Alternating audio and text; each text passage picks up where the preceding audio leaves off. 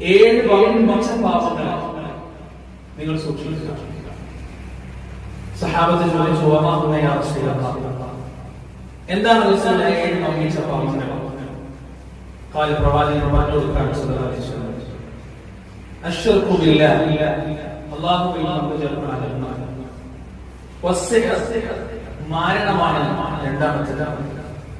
വഖത്ലു നഫ്സല്ലതി ഹറമല്ലാഹു ഇല്ലാ ബിൽഹഖ്, അന്യായമായി ഒരു മനുഷ്യനെ കൊന്നുകളയലാണ് മൂന്നാമത്തേത്. വഅഖ്ലു റിബ, പലിശ ഭുജിക്കലാണ് നാലാമത്തേത്.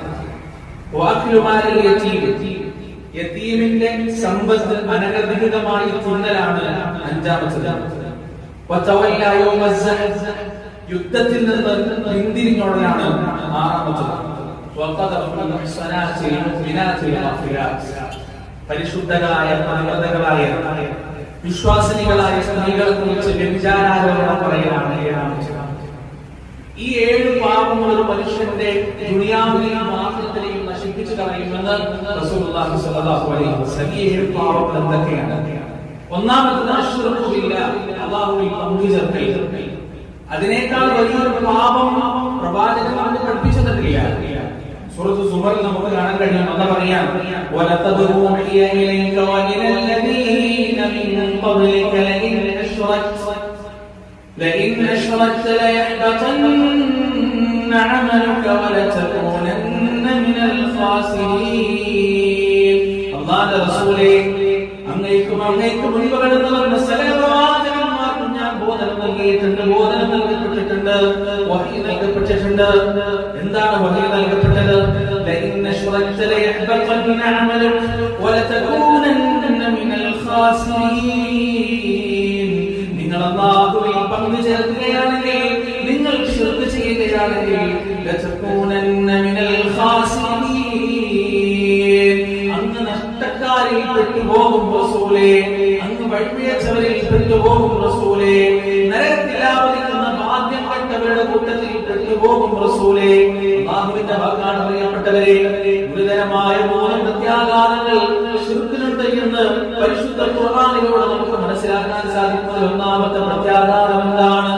ഈ ലോകത്തിന്റെ സൃഷ്ടാവ് കാരുണ്യവാനായ കരുണാനിധിയായ കരുണയുടെ സ്വന്തം കരുണയെ കുറിച്ച് തന്റെ കോപത്തെ അതിജയിച്ചിരിക്കുന്നുവെന്ന് തന്റെ സിംഹാസനത്തിൽ എഴുതി വെച്ച കാരുണ്യവാനായ റബ്ബ്, ആ റബ്ബ് പൊറുക്കുകയില്ല എന്നൊരു പാപത്തെ കുറിച്ച് പറഞ്ഞിട്ടുണ്ടെങ്കിൽ അത് ശിർക്കിനെ കുറിച്ച് മാത്രമാണ്. ഇന്നല്ലാഹ ലാ യഗ്ഫിറു അൻ യുശ്റക ബിഹി വയഗ്ഫിറു മാ ദൂന ദാലിക ലിമൻ യശാ വമൻ യുശ്രിക് ബില്ലാഹ് ഫഖദ് ളല്ല ളലാലൻ ബഈദാ. നിശ്ചയം അല്ലാഹുവിൽ പങ്കുചേർക്കുന്നത് ഒരിക്കലും പൊറുക്കുകയില്ല. അതിന് പുറത്തുള്ള ഭാഗങ്ങൾ പൊറുക്കണോ വേണ്ടയോ എന്ന് അവൻ തീരുമാനിക്കുന്നതാണ്. വമൻ യുശ്രിക് ബില്ലാഹ്, അല്ലാഹുവിൽ പങ്കുചേർത്തുവോ, ഫഖദ് ളല്ല ളലാലൻ ബഈദാ, അവൻ വിദൂരമായ അതിവിദൂരമായ വഴികളിൽ ചെന്നയാണ്. അല്ലാഹു പൊറുക്കില്ല എന്ന് പറഞ്ഞ പാപമാണ്. മാത്രമല്ല പ്രിയപ്പെട്ടവരെ, മരണത്തിന്റെ സമയത്ത് ശിർക്ക് ചെയ്ത നിലയിലാണ് ഞാൻ നിങ്ങളും മരിക്കുന്നതെങ്കിൽ അല്ലാഹു കാത്തുരക്ഷിക്കട്ടെ. ആ രീതിയിലാണ് നമ്മുടെ മരണമെങ്കിൽ ഈ ആകാശത്തിൽ ജീവിക്കുന്ന സംതൃപ്തരായ ദാസന്മാരുടെയോ മുഅ്മിനീങ്ങളുടെയോ മുത്തഖീങ്ങളുടെയോ മലക്കുകളുടെയോ പ്രാർത്ഥന നമുക്ക് ലഭിക്കുകയില്ല. മകാലൻ നബി വല്ലദീന ആമനൂ മഅഹു അൻ യസ്തഗ്ഫിറൂ ലിൽ മുശ്രികീന വലൗ കാനൂ ഉലീ ഖുർബാ മിൻ ബഅദി മാ തബയ്യന ലഹും അന്നഹും അസ്ഹാബുൽ ജഹീം. എന്റെ ബാപ്പ മരിച്ചാൽ ആ ബാപ്പക്ക് വേണ്ടി പ്രാർത്ഥിക്കാൻ അല്ലാഹുവോട് പറഞ്ഞിട്ടുണ്ട്. എന്റെ ഉമ്മ മരിച്ചാൽ എന്റെ ഉമ്മക്ക് വേണ്ടി പ്രാർത്ഥിക്കാൻ അല്ലാഹുവോട് പറഞ്ഞിട്ടുണ്ട്. എന്റെ കുടുംബക്കാർക്ക് വേണ്ടി, എന്റെ കൂട്ടുകാർക്ക് വേണ്ടി, ലോകത്തുള്ള മുഅ്മിനീങ്ങൾക്ക് വേണ്ടി മുഴുവനും ദുആ ചെയ്യാൻ അല്ലാഹു പഠിപ്പിച്ചു തന്നിട്ടുണ്ട്. പക്ഷേ ഒരു ശിർക്ക് ചെയ്ത മനുഷ്യനെ സംബന്ധിച്ചിടത്തോളം ആ മനുഷ്യന് വേണ്ടി പൊറുക്കലിനെ തേടാൻ, ആ മനുഷ്യന്റെ പരലോക മോക്ഷത്തിന് വേണ്ടി പ്രാർത്ഥിക്കാൻ, അതിന്റെ വാപ്പയായാലും അതിന്റെ ഉമ്മയായാലും അതിന്റെ പ്രിയപ്പെട്ടവളായാലും അതിന്റെ മക്കളായാലും അതിന്റെ ആത്മാർത്ഥമായാലും ആരായാലും അതിനു വേണ്ടി പ്രാർത്ഥിക്കാനുള്ള അവകാശം ഈ ലോകത്ത് ഒരു മുഅ്മിനിനുമില്ല. മാത്രമല്ല പ്രിയപ്പെട്ടവരെ, ജീവിതത്തിന്റെ അവസാനത്തിൽ ഒരുപാട് നന്മകൾ ചെയ്തിട്ടുണ്ടെങ്കിലും ആ ആ നന്മകളെല്ലാം ബാത്തിലായി പോകുന്നതാണ്, ആ നന്മകളെല്ലാം വൃഥാവിലായി പോകുന്നതാണ്. പരിശുദ്ധ ഖുർആനിൽ 18ഓളം പ്രവാചകന്മാരുടെ പേരുകൾ എണ്ണി പറഞ്ഞിട്ട് ആ ആയത്തിന്റെ തൊട്ടടുത്ത ആയത്തിൽ അല്ലാഹു പറയുന്നത് എന്താണെന്നറിയോ? വലൗ അശ്റകൂ ലഹബിത അൻഹും മാ കാനൂ യഅമലൂൻ. സച്ചരിതരായ പ്രവാചകന്മാർ അവരെക്കാളും ശിർക്ക് ചെയ്തിട്ടുണ്ടെങ്കിൽ അവർ ചെയ്ത കർമ്മങ്ങൾ മുഴുവനും അവരിൽ നിന്ന് ബാത്തിലായി പോകുന്നതാണ്. ഇത്രയും വലിയൊരു പാപം വേറൊന്നും പഠിപ്പിച്ചതിന്റെ അത്ര വലിയ ഗൗരവം. പക്ഷെ നമ്മുടെ നാട്ടിലെ ആളുകൾക്ക് ആ ഒരു പാപത്തിന്റെ ഗൗരവം വളരെ കുറവാണ്. നിങ്ങളെന്നെ നോക്കാം, ഒരാളിങ്ങനെ ജാറത്തിൽ പോയിട്ടും അല്ലാത്തവരെ വിളിച്ചിട്ടും അവിടെ പോയി എഴുതി കഴിച്ചിട്ടും അവിടെ പോയി ശ്രദ്ധ ചെയ്തിട്ടും ഇവിടെ പോയി പ്രാർത്ഥന ചെയ്തിട്ടും അങ്ങനെ ചെയ്തിട്ടും ഇങ്ങനെ ചെയ്തിട്ടൊക്കെ ജീവിക്കുന്ന ഒരാളെ സംബന്ധിച്ചിടത്തോളം അയാളെക്കാൾ വലിയ തെറ്റാണെന്ന് നാട്ടുകാർ സാധാരണ നേരിട്ട് കണ്ടുപിടിക്കണം. പെണ്ണുപിടിച്ച് നടന്നു. പക്ഷെ ആവശ്യമില്ല ഉടമസ്ഥനായ പടച്ചവരുടെ തന്നെയാണ് സത്യം. കള്ളു കുടിക്കുന്നതിനേക്കാൾ, വ്യഭിചരിക്കുന്നതിനേക്കാൾ, കക്കുന്നതിനേക്കാൾ, വഞ്ചിക്കുന്നതിനേക്കാൾ വലിയ പാപമാണ് പ്രിയപ്പെട്ടവരെ അല്ലാഹുവല്ലാത്തവരുടെ ദുആ ചെയ്യുന്നത്, അല്ലാഹുവല്ലാത്തവരുടെ സഹായം തേടുന്നത്. ആ ശിർക്കിനെ കുറിച്ച് നമ്മൾ മനസ്സിലാക്കേണ്ടതുപോലെ മനസ്സിലാക്കണം. കാരണം ഇന്നല്ലെങ്കിൽ നാളെ ആ പാപം അല്ലാഹു പശ്ചാത്തലത്തില്ലെങ്കിലും ആളുകൾ കൊടുത്തു എന്നാൽ ഇഷ്ടമാണത്. ചെയ്യും. പക്ഷേ ശിർക്ക് ചെയ്യുന്ന ഒരു മനുഷ്യൻ ആ ശിർക്കിനെ കുറിച്ച് തിരിച്ചറിയാതെയാണ് ലോകത്ത് നിന്ന് വിട പറയുന്നതെങ്കിൽ ഒരിക്കലും അറിയോ, നരകത്തിൽ നിന്ന് ആളുകൾ മോചിപ്പിക്കാൻ തുടങ്ങുന്ന കുറച്ച് കാലത്ത് കഴിഞ്ഞാൽ, യുഗങ്ങൾ കഴിഞ്ഞാൽ, സ്വർഗവാസികൾ സ്വർഗത്തിലും നരകവാസികൾ നരകത്തിലും യുഗങ്ങളോളം ജീവിച്ചു കഴിഞ്ഞാൽ അല്ലാഹുവിന്റെ കാരുണ്യം കൊണ്ട് നരകത്തിൽ നിന്ന് മോചനം തുടങ്ങും. അങ്ങനെ ഒരുപാട് ആളുകളെ മോചിപ്പിച്ച് അവസാനം കുറെ ആളുകളെ ബാക്കിയാവും. ആളുകളറിയോ ചെയ്തവരാണ്, അവർക്കൊരിക്കലും മോചനമില്ല. അവർ കാലാകാലം നരകത്തിലാണ്. ബാക്കിയുള്ള ആളുകൾ അവർ ചെയ്ത തെറ്റിന്റെ ശിക്ഷ അനുഭവിച്ച് അവർ നരകത്തിൽ നിന്ന് മോചിപ്പിക്കപ്പെട്ടേക്കാം. അല്ലാഹു സുബ്ഹാനഹു വ തആല ഭയാനകമായ പാപത്തിൽ നിന്ന് മാറി നിൽക്കാൻ നമുക്ക് തൗഫീഖ് നൽകുമാറാകട്ടെ. പ്രിയപ്പെട്ടവരെ, രണ്ടാമത്തെ വിഷയം സിഹ്റാണ്. എന്താണ് സിഹ്ർ? സമകാലിക ലോകത്ത് ഏറ്റവും കൂടുതൽ വിവാദങ്ങൾ ഉണ്ടാക്കിയ, തർക്കങ്ങൾ ഉണ്ടാക്കിയ, വാദപ്രതിവാദങ്ങളും ഖണ്ഡനമണ്ഡലങ്ങളും ഉണ്ടാക്കിയ വിഷയമാണ് സിഹ്ർ എന്നത്. നമ്മൾ മനസ്സിലാക്കേണ്ടത് സിഹ്റിന്റെ വിഷയത്തിൽ, മാരണത്തിന്റെ വിഷയത്തിൽ നമ്മൾ എവിടെ നിൽക്കണം? മാ ഖാല അല്ലാഹു വമാ ഖാല റസൂലുള്ളാഹി സ്വല്ലല്ലാഹു അലൈഹി വസല്ലം. അതിന്റെ അപ്പുറത്തേക്ക് പോകാൻ നമുക്ക് അവകാശമില്ല. എന്താണ് സിഹ്ർ? നമുക്കറിയില്ല. കാരണം സിഹ്ർ ബാധിച്ച ഒരു മനുഷ്യന്റെ ബ്ലഡ് എടുത്തിട്ട് ലബോറട്ടറി ടെസ്റ്റ് ചെയ്താൽ മനസ്സിലാവില്ല. പക്ഷെ സിഹ്ർ ബാധിക്കുമോ? എന്തുകൊണ്ട് ബാധിക്കും? എന്തുകൊണ്ടാണ് നമ്മൾ പറയുന്നത്? സഹീഹായ ഹദീസുകളിൽ റസൂലുള്ളാഹി സ്വല്ലല്ലാഹു അലൈഹി വസല്ലം വ്യക്തമായി നമ്മൾ പഠിപ്പിച്ചു തന്നിട്ടുണ്ട്. അതെങ്ങനെ ബാധിക്കും? സാധനങ്ങൾ എങ്ങനെയാണ് സിഹ്ർ ചെയ്യുന്നത്? അത് ശരീരത്തിൽ എവിടേക്കാണ് ബാധിക്കുന്നത്? അത് നമ്മുടെ പഠന വിഷയമല്ല. മാ ഖാല അല്ലാഹു വമാ ഖാല റസൂലുള്ളാഹി സ്വല്ലല്ലാഹു അലൈഹി വസല്ലം. എന്താണോ അല്ലാഹു പറഞ്ഞത്, എന്താണോ പ്രവാചകൻ സ്വല്ലല്ലാഹു അലൈഹി വസല്ലം പറഞ്ഞത്, അവിടെ നോക്കാൻ നമുക്ക് കഴിയും. ഇവിടെ നമ്മുടെ യുക്തിക്ക് യോജിക്കാത്തതെന്തും തള്ളിക്കളയുന്ന സംഗതി ആ ഒരു യുക്തി നമ്മുടെ ജീവിതത്തിൽ ഉണ്ടാകുന്നുണ്ട്. കാരണം അല്ലാഹു സുബ്ഹാനഹു വ തആല തന്നതാണ് നമ്മുടെ ശരീരത്തിലെ ഓരോ അവയവങ്ങളും, അല്ലെ? ആ ഓരോ അവയവത്തിനും പരിധികളുണ്ട്. കണ്ണിന് പരിധിയുണ്ട്. അൾട്രാ വയലറ്റ് രശ്മികൾ കാണാൻ കണ്ണിനെ കൊണ്ട് പറ്റുമോ? ഇല്ല.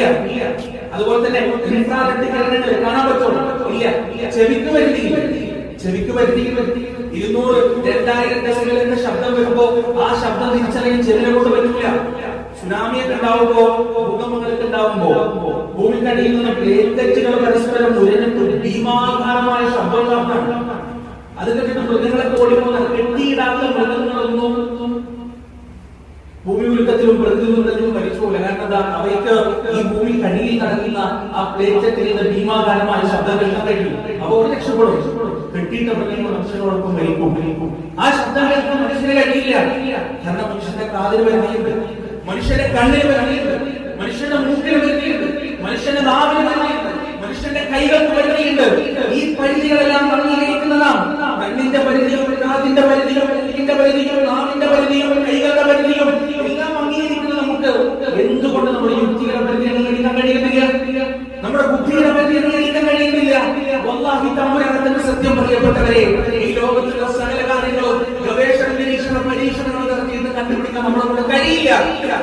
അവിടെയാണ് ബുദ്ധി അവസാനിക്കുന്നിടത്താണ്, യുക്തി അവസാനിക്കുന്നിടത്താണ് റസൂലുള്ളാഹി സ്വല്ലല്ലാഹു അലൈഹി വസല്ലമയുടെ ഹദീസുകൾ നമുക്ക് മറുപടി പറഞ്ഞു തരുന്നത്.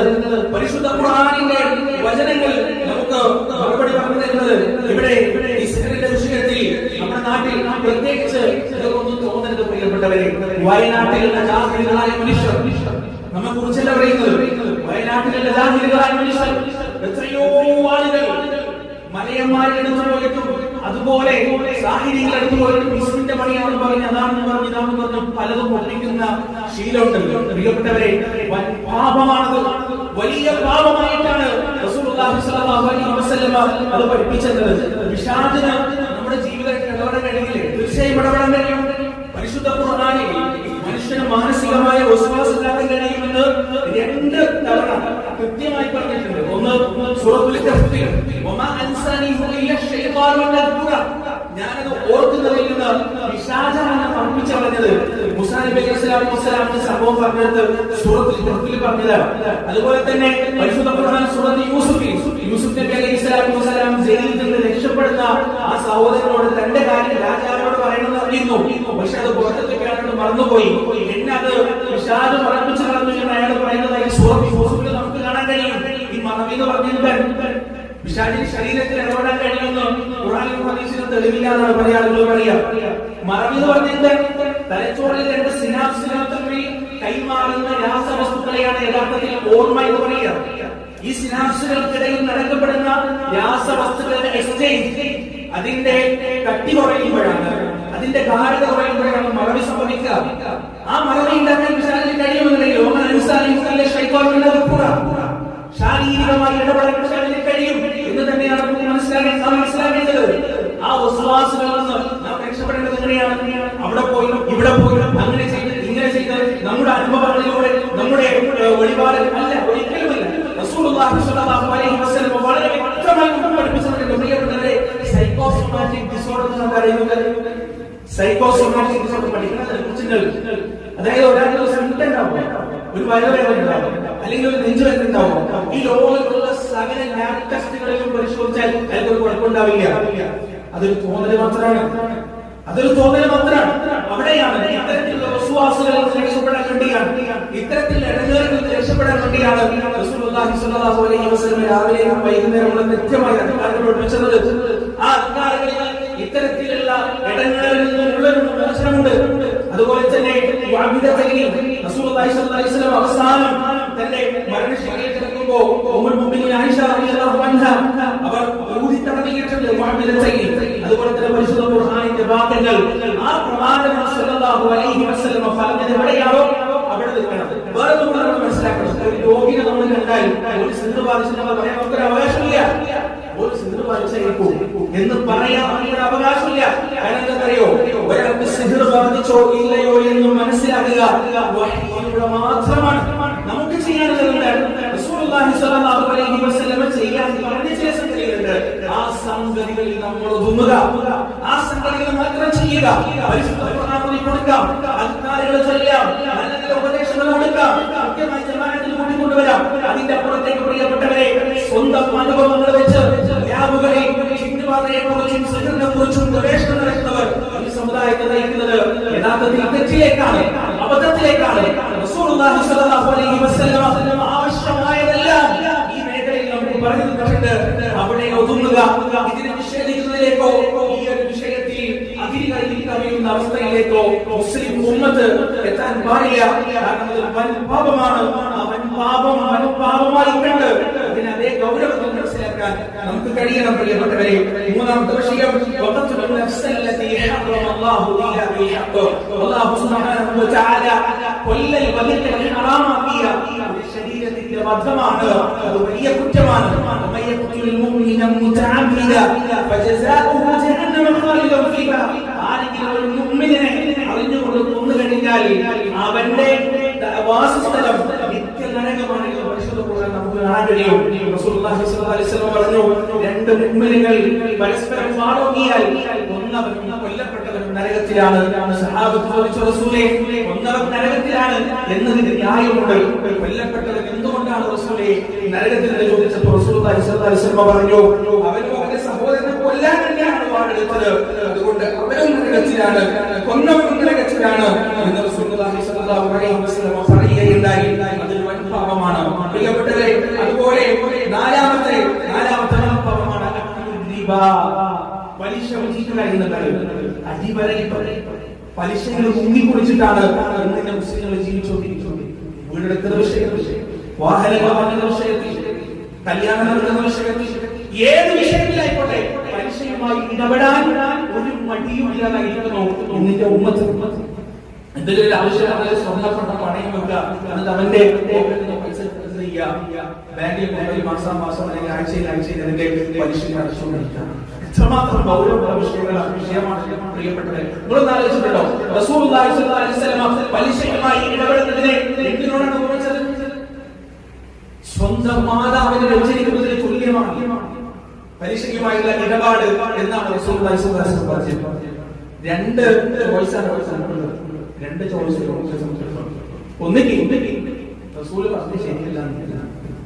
അപ്പൊ എന്താ റസൂല് പറഞ്ഞ ശരിയല്ല, പലിശയുമായി ഇടപെട്ടാൽ എന്താവില്ല, മാതാവിനെ വിഭജിക്കുന്ന പോലെ നല്ല എന്തായാലും എന്ന് പറഞ്ഞ് റസൂലിനെ നിഷേധിക്കും. എന്താവും? നമ്മൾ അല്ലെങ്കിൽ കുഫറിൽ പോകാതെ മുസ്ലിമായിട്ട് പലിശകളിലേക്ക് എടുക്കണമെന്നുണ്ടെങ്കിൽ നീ അംഗീകരിച്ചേ പറ്റുള്ളൂ എന്ന് ഞാൻ റസൂലുള്ളാഹി സ്വല്ലല്ലാഹു അലൈഹി വസല്ലമ പറഞ്ഞ ആ പാപം വഹിക്കുന്നവനാണ്.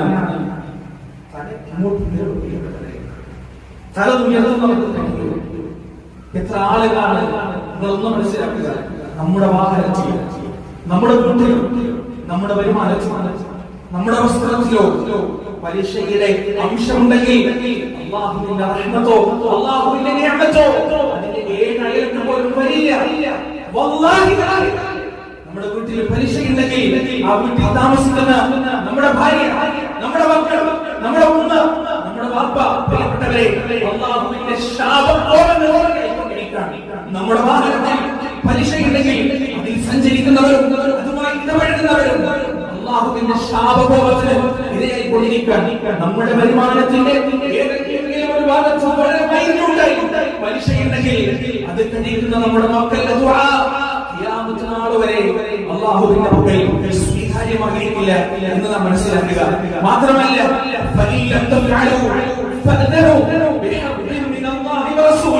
ഇത്രയും കേട്ടിട്ട് ആ മഹാപാതകത്തിന്റെ ഗൗരവം നിങ്ങൾക്ക് മനസ്സിലാക്കാൻ സാധിക്കുന്നില്ലെങ്കിൽ അല്ലാഹു പറയാൻ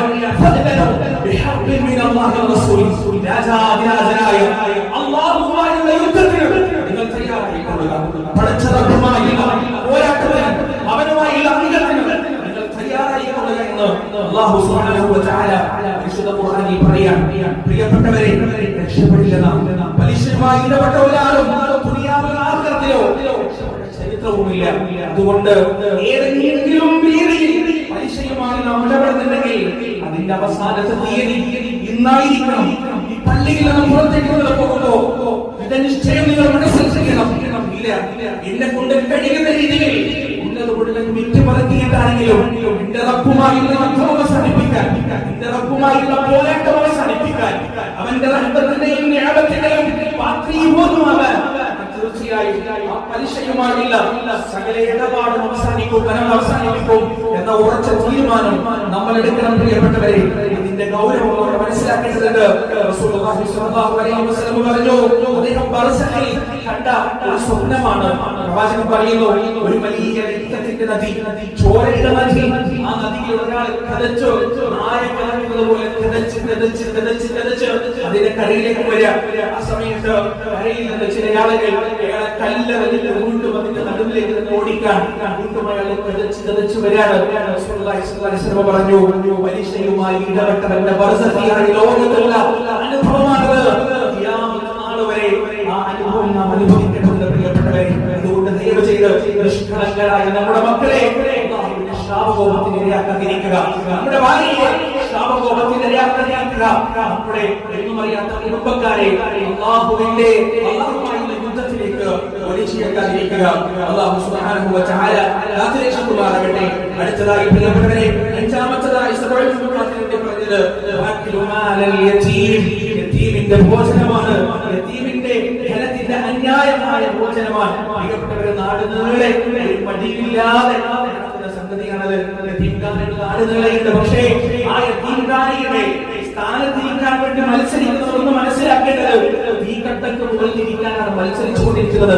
കാരണം യതീമിന്റെ ഭക്ഷണം കഴിക്കുന്നത് തീക്കട്ട ഭക്ഷിക്കുന്നത് പോലെയാണ് എന്ന് അല്ലാഹു സുബ്ഹാനഹു വ തആല ഖുർആനിലൂടെ പറഞ്ഞിട്ടുണ്ട്. വളരെ സൂക്ഷ്മതയോടെ, വളരെ കലിശതയോടെ കൈകാര്യം ചെയ്യുന്ന ഒരു വസ്തുതയാണ് യതീമിന്റെ ധനം കൈകാര്യം ചെയ്യുക എന്നുള്ളത്. യതീമിനാണെന്ന് പറഞ്ഞിട്ട് 10 രൂപ ഒരാൾ നമ്മുടെ കയ്യിൽ തന്നാൽ അതിന് 25 പൈസ പ്രിയപ്പെട്ടവരെ നാം ഉപയോഗിക്കാൻ പാടില്ല.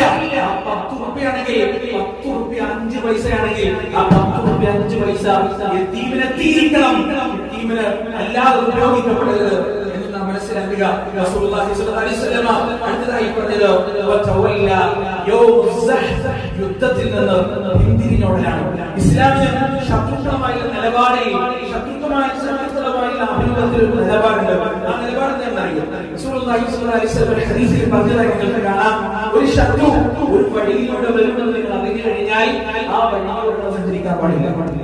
ഒരു വഴിയിലൂടെ സഞ്ചരിച്ചാൽ നിങ്ങൾ ശത്രുവുമായി കണ്ടുമുട്ടുമെന്ന് നിങ്ങൾ അറിഞ്ഞു കഴിഞ്ഞാൽ നിങ്ങൾ വഴിമാറി നിങ്ങൾ വഴിമാറി പോയിട്ടു ശത്രു നിങ്ങൾ കണ്ടുമുട്ടുകയാണെങ്കിൽ ഒരിക്കലും പിന്തിരിഞ്ഞോടാൻ പാടില്ല. ഇത് ഇസ്ലാം ജീവിതത്തിൽ പഠിക്കുന്ന ഒരു മര്യാദയാണ്.